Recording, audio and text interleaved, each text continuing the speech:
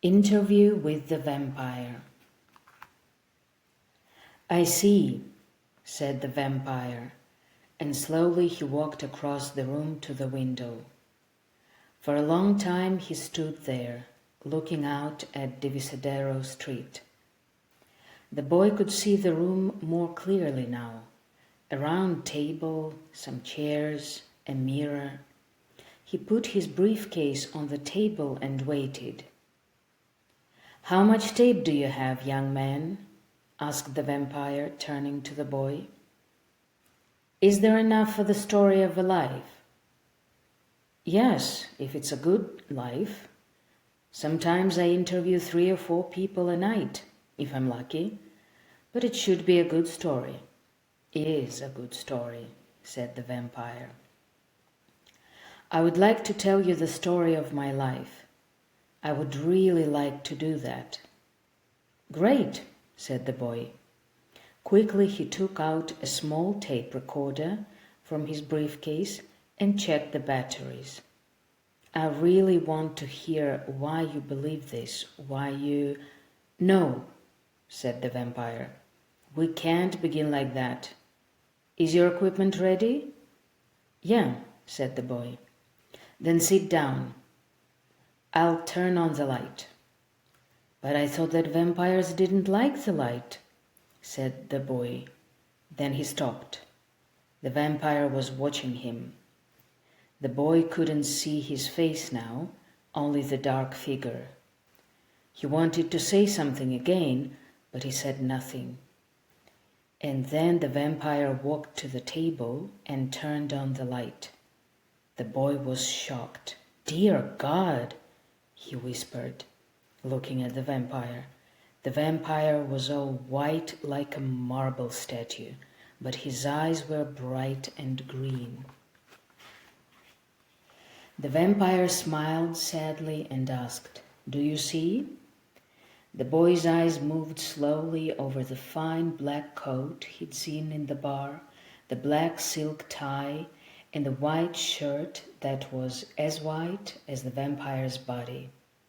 He stared at the vampire's black hair. "Now, do you still want the interview?" the vampire asked. The boy's mouth was open. He nodded and said, "Yeah." The vampire sat down opposite him and said gently, "Don't be afraid. Just start the tape recorder. Believe me, I won't hurt you. I want this chance. It's more important to me than you can understand now." The boy was nervous, but he pressed the button and started the interview. "You weren't always a vampire, were you?" he began. "No," answered the vampire. "I was 25 when I became a vampire, and the year was 1791. The boy was shocked by the date, and then he asked, "How did it happen?" "There is a simple answer to that question, and I don't want to give simple answers," said the vampire. "I want to tell you the real story. I've only told this story to one other person, and that was so long ago." "Yes, of course," the boy said quickly. "We were living in Louisiana then. We'd had 2 plantations on the Mississippi River near New Orleans." "Oh, that's the accent," the boy said. For a moment the vampire looked at him. "I have an accent?" he asked and began to laugh. "I noticed it in the bar when I met you," explained the boy. "It's all right," the vampire said. "I forget about it from time to time, but let me go on." "Please," said the boy. "I was talking about the plantations. Our life there was luxurious and simple, but we loved it." The vampire smiled. "Yes, we all loved it, all except my brother Paul. I don't think that he ever complained, but I knew how he felt. My father was dead then, and I was head of the family. and I had to protect him from my mother and sister. They wanted to take him to New Orleans for parties, but he hated these things. He loved prayers and books about saints. Finally, I built him a little oratory, where he spent most of the days. It was strange, really. He was so different from us, so different from everyone. And I was so ordinary. There was nothing special about me. The vampire smiled again. Sometimes in the evening I went out to him and told him about my troubles, the difficulties I had with the slaves or the weather, all the problems we had. He listened, making only some comments, but when I left him, I had the feeling that he had solved everything for me. I thought that I would do anything to help him become a priest when the time came. Of course, I was wrong. The vampire stopped. For a moment, the boy only looked at him as if he could not find the right words. "Didn't he want to be a priest?" he finally asked. The vampire studied the young man for a while. Then he said, "I meant that I was wrong about myself, about my helping him." He began to see visions. "Real visions?" the boy asked. "I didn't think so," the vampire answered. "It happened when he was 15. He was very handsome then, and his large blue eyes were like an ocean. When he began to see visions, he stopped eating his meals. He lived in the oratory. At any time I could find him there, standing before the altar. He stopped taking care of the candles or the altar cloths or the fallen leaves in the oratory. One night I stood watching him for 1 hour, during which he didn't move from his place. All the slaves thought that he was mad. Then he told me about the visions. Both Saint Dominic and the Virgin Mary had come to see him in the oratory. They had told him to sell all our property in Louisiana, everything we had, and use the money to do God's work. My brother was going to be a great religious leader. Of course, he didn't have his own money, so he wanted me to sell the plantations and our houses in New Orleans and give the money to him. Again, the vampire stopped. "And," the boy whispered, "did you sell the plantations?" "No," said the vampire. "I laughed at him, and he became mad at me. Then one evening he came to my room to talk to me. He said that his ideas came from the Virgin Mary herself. Who was I to say no? But the more he insisted, the more I laughed. It was nonsense, I told him, the product of his imagination. The oratory was a mistake, I said to him. He should go to school in New Orleans and get it all out of his head. I don't remember all that I said, but I remember feeling angry and disappointed. I didn't believe him at all. "But that's understandable," said the boy quickly. "I mean, almost no one believes in such things." "Is that so?" The vampire looked at the boy. "I loved my brother, as I told you, and sometimes I believed that he was a real saint who would soon become a priest. And if someone told me of a saint who saw visions, I would believe it. I was a Catholic. I believed in saints. I went to churches. I knew their pictures, their symbols, their names. But I couldn't believe my brother. Why? Because he was my brother. Do you see?" The boy thought about it before he answered, and then he said yes. "Maybe he really saw the visions," said the vampire. "I know that he believed in them, but as soon as he left my room, he was dead. How? The boy asked. He stood for a moment at the top of the brick stairs, and then he fell. He was dead when I found him at the bottom. His neck was broken. Did you see how he fell? Asked the boy. No, but 2 of the servants saw it. They said that he had looked up as if he had seen something in the air. Then his body moved forward.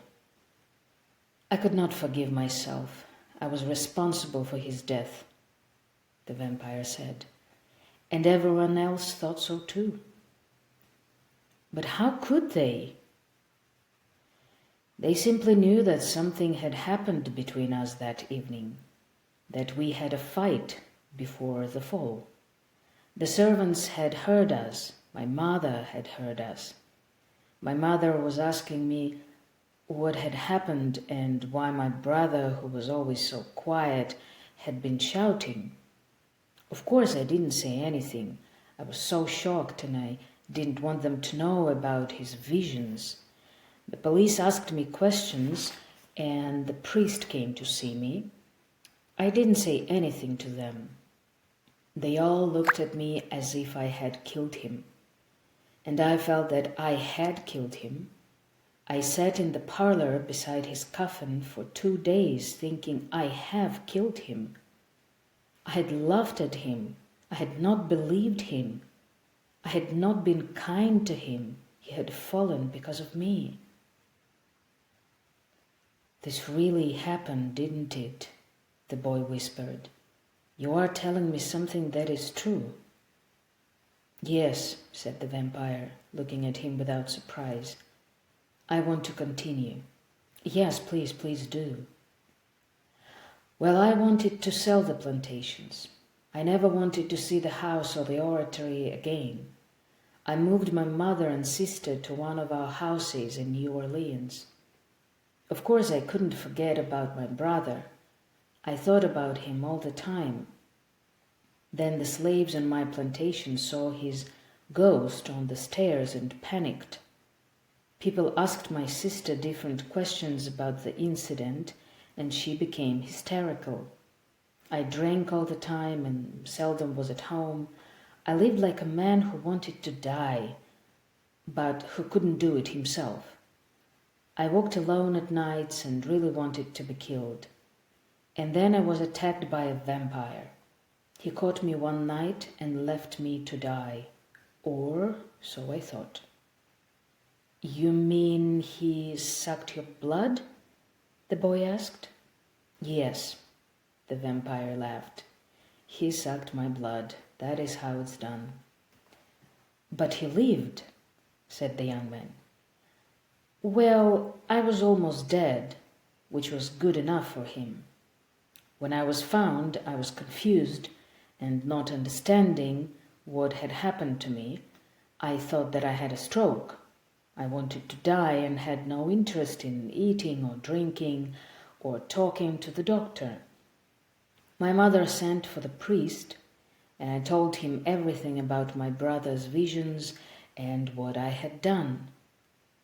I know I didn't kill him, I said to the priest finally, but I cannot live now that he's dead. Of course you can live, he answered me. There's nothing wrong with you, Louis. Your mother and your sister need you. The devil made the visions of my brother, he explained. The devil was sly. The devil threw him down the stairs. Well, this made me mad, and I went wild, almost killing the priest. But your strength, the vampire? Asked the boy. I was out of my mind, the vampire explained. I did things I could not have done in perfect health. But what happened to you then? Asked the boy. The vampire laughed. Well, the vampire came back that night. You see, he wanted my plantation. Point de luck. It was very late, after my sister, who was watching me, had fallen asleep. I can remember it as if it was yesterday. He came in front He came in from the yard, opening the doors without a sound, a tall man with blonde hair. My tired sister didn't wake up until the next morning, but then I had already changed.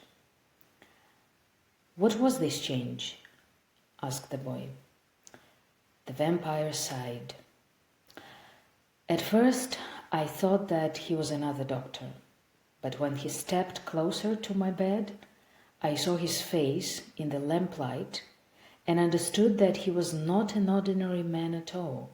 His grey eyes burned with fire, and his long white hands were not of a human being. The moment I saw him, all my sadness and wish to die were gone. When he talked to me about his life and about what I might become, I saw my real gods. The gods of most people, food, drink, and calmness." The boy was confused and amazed. "And so you decided to become a vampire?" he asked. The vampire was quiet for a moment. "Decided? It is not the right word. It was not inevitable, but I can't say that I decided. It seemed to me that no other decision was possible for me then. That morning, when I was not yet a vampire, I saw my last sunrise." The vampire was looking out the window again. "After that, I lay in my bed thinking about all the things the vampire had told me, and then I said goodbye to the sunrise and went out to become a vampire." "Do you miss the sunrises?" the boy asked. "Not really," said the vampire. "There are so many other things, but you want to know how it happened, how I became a vampire, am I right?" "Yes," said the boy. "How did you change?"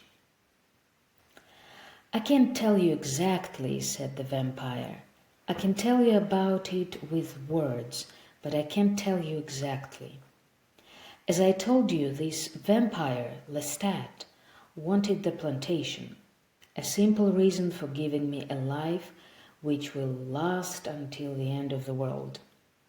He had human problems, a blind father who didn't know that his son was a vampire. Living in New Orleans had become too difficult for him, and he wanted a plantation. So he, his father, and I went to the plantation the next evening. I continued changing step by step, and the first step was the death of the overseer. Lestat took his life in his sleep. I watched it as a part of my change. The overseer did not die at once. We stood in his bedroom for almost an hour watching him die. I was almost sick from this, but Lestat was laughing, telling me that as a vampire I would laugh at it too. He was wrong about that. I never laugh at death. On the way home I began saying, "I want to die. This is unbearable. Now I am a killer. I can't live. Kill me. Let me go and die." But Lestat only laughed at me. "But could he really let you go?" asked the boy. "I don't know. Knowing Lestat now, I think that he would have killed me. But this was what I wanted and not he, you see? It didn't matter. No, this was what I thought I wanted. So that night he went back to my plantation. The house had been empty for months now. Suddenly, when we were standing on the stairs, he grabbed me. Scared, I fought to free myself from him. "I thought that you wanted to die," Lestat said. "Listen to me, Louis. Now I am going to suck your blood to the end, to death, and I want you to be quiet. Be quiet. Your will must keep you alive." Then I felt his teeth on my neck. The boy's eyes were growing bigger. "Have you ever lost a lot of blood?" asked the vampire. Do you know the feeling? No, the boy said. Candles burned in the upstairs room. Listen, keep your eyes open, Lestat whispered to me. I remember that the sound of his voice raised the hairs all over the body. He bit me. In a couple of minutes, I was weak and paralyzed. I was waiting helplessly. I could not even speak, but I felt pain, and I felt Lestat's teeth. Then he bit his own wrist. His blood dripped onto my shirt and coat. He put his bleeding wrist to my mouth and said, "Louis, drink." And I did. Then something happened. The vampire frowned. The boy sat frozen. I saw nothing as I sucked his blood. And then I heard a sound. It was like a drum getting louder and louder. And then there was another drum. The sound got louder and louder until suddenly Lestat pulled his wrist away from my mouth. I opened my eyes and realized that the first drum was my heart and the second drum was his. I grabbed his wrist and pulled it to my mouth again. Wait, said the boy excitedly. I have to change the tape. The vampire sighed and waited patiently. What happened then? The boy asked. I saw Lestat as I hadn't seen him before.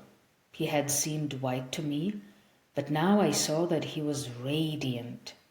And then I saw that not only Lestat had changed, but all things had changed. It was as if I could see the real colors and shapes for the first time. Then Lestat began to laugh, and I heard his laughter as I had never heard it before. The vampire smiled. Lestat told me to go out into the yard to the trees. That, of course, was wise. When I saw the moon in the sky, I loved it so much that I probably spent an hour looking at it. I heard the night as if it were a chorus of singing voices. Then my body began to ache. I was dying as a human, but I was alive as a vampire, and that scared me. I ran back to the house where Lestat was already working on the plantation papers. Something's happening to me, I shouted. He didn't even look at me. You're dying, that's all. Don't be a fool, he said, still studying the papers. Dying? I shouted, scared. But Lestat only said, It happens to everyone. He didn't help me, he didn't calm me. Lestat was never the vampire I am. Luckily, I was dying fast, and my fear soon disappeared. Suddenly, Lestat got up. Oh, what a fool I am, he began shouting. You'll have to lie down with me this morning because I haven't prepared a coffin for you. The vampire laughed. This made me feel uncomfortable. Lestat was in the bedroom, which was his father's now, telling the old man goodbye and that he would return in the morning. The old man wanted to know where he went, and Lestat became angry. I take care of you, don't I? I've bought a good house for you. If I want to sleep all day and drink all night, I'll do it. The old man started to cry.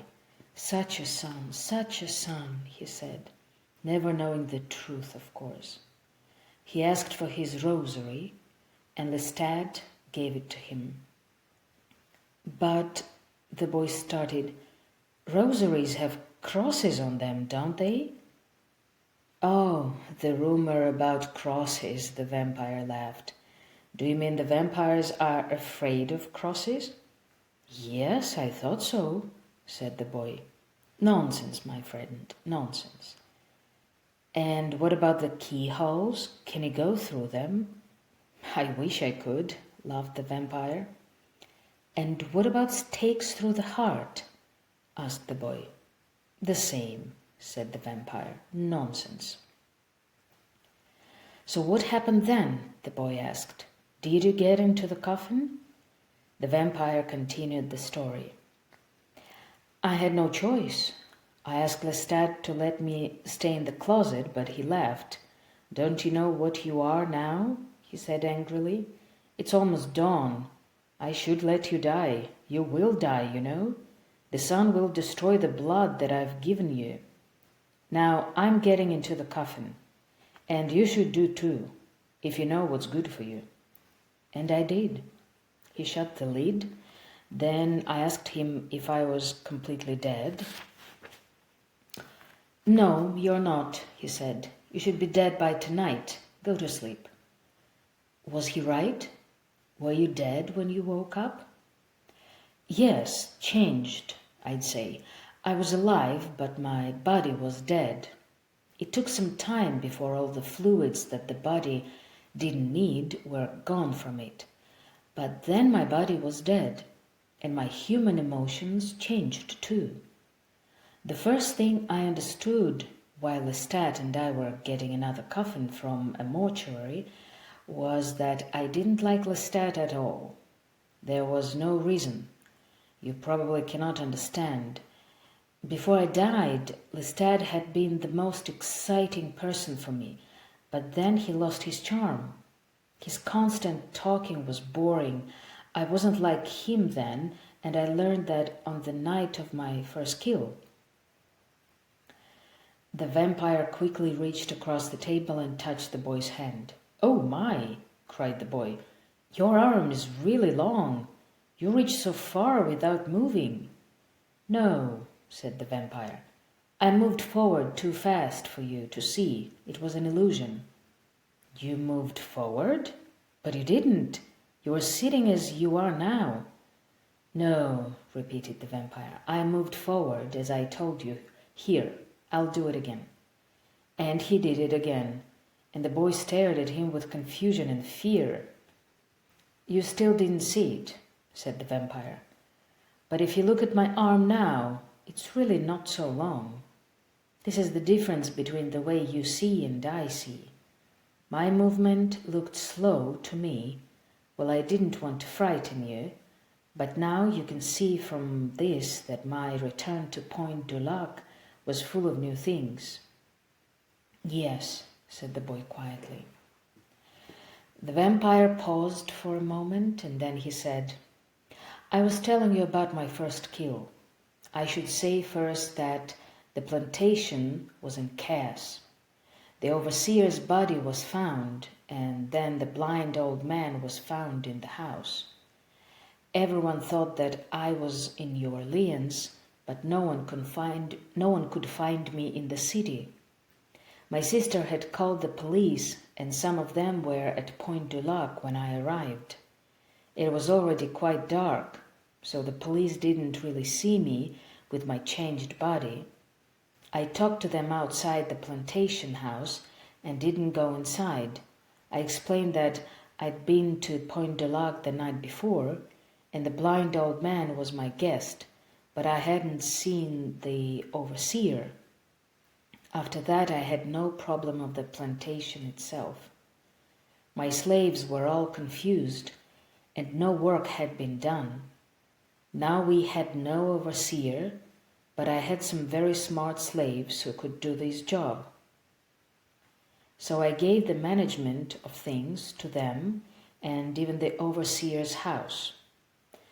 2 young women, slaves, were sent to the house from the fields to care for Lestat's father. I told them that I wanted privacy and asked them to leave me and Lestat alone. I didn't know at the time that these black slaves knew much more about supernatural than the white men, and they would be the first and the only ones who suspected that Lestat and I were not ordinary people. I made a bad mistake. But let me continue my story. I was going to tell you about my first kill.